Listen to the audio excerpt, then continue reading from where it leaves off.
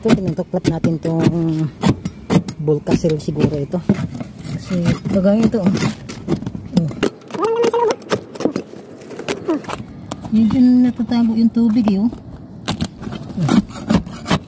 Wala talagang solusyon ito pag hindi natin ito taklapin. Gagawin yan. Basa dito. Diba?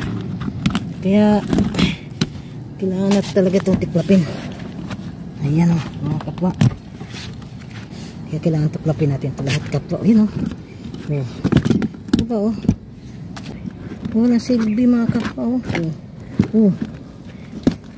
Ayan, kung pinturahan agad natin, lagyan ulit natin ng propping, wala nga silbi kailangan na tanggalin natin to para masolve yung problema. Ayan yun, napakalawak pa naman ito kapwa. Yung problema niya dito kasi yung gutter niya kapwa ay nasa gitna ng bahay wala sa gilid. Nilagyan nila Volcasil gaya naman nangyaring ganyan, wala rin, di ba? Ayos kapwa. May mga tulo kayo dyan kapwa kapwa. Ayan di ba? Inipoxy na natin yan. Sulit na sulit yung epoxy niya kapwa. Tapos i-epoxy primer ulit natin yan. Tapos sapawan ulit natin ng propping para sulit, wala nang tulo. Diba? Okay kapwa.